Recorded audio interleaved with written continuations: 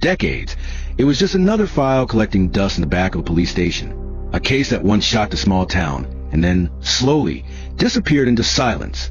The murder of a young woman in 1987 had left the community shaken, a family broken, and investigators frustrated.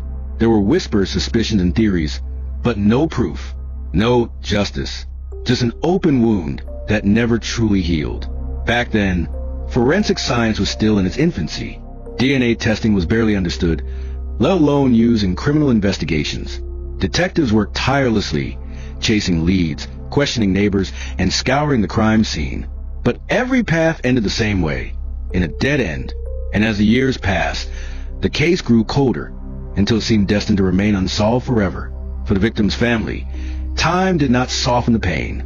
Every holiday, every birthday, every quiet moment carried the weight of an unanswered question: who had taken their loved one away?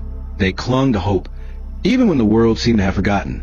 But the world was changing. Science was evolving.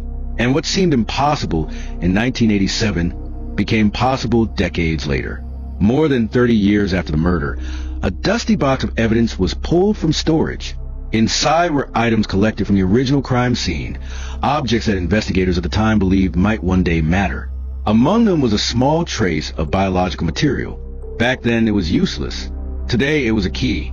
Modern forensic experts carefully examined the evidence, running it through advanced DNA testing. At last, a full profile emerged. It was uploaded into national databases, but at first, there was no direct match. The trail seemed cold once again, until one day, a breakthrough came, not from a criminal record, but from genealogy. A distant relative of the killer had submitted their DNA to a genealogy site, unknowingly opening a door to the past. Piece by piece, investigators built a family tree, branch by branch, name by name, until finally, the branches pointed to someone very familiar.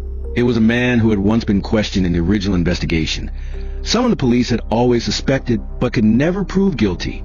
Decades later, with the weight of science and DNA evidence against him, his freedom vanished. The past had finally caught up. For the victim's family, the day of justice was bittersweet.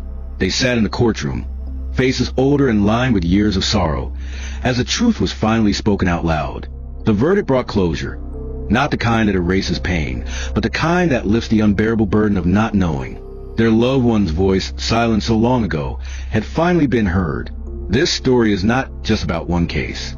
It is a reminder of the power of persistence, of technology, and of time. Cold cases are not dead. They're only waiting for the moment when science can catch up with the truth, when silence can finally be broken, and when justice can rise from the shadows of the past. Because sometimes justice only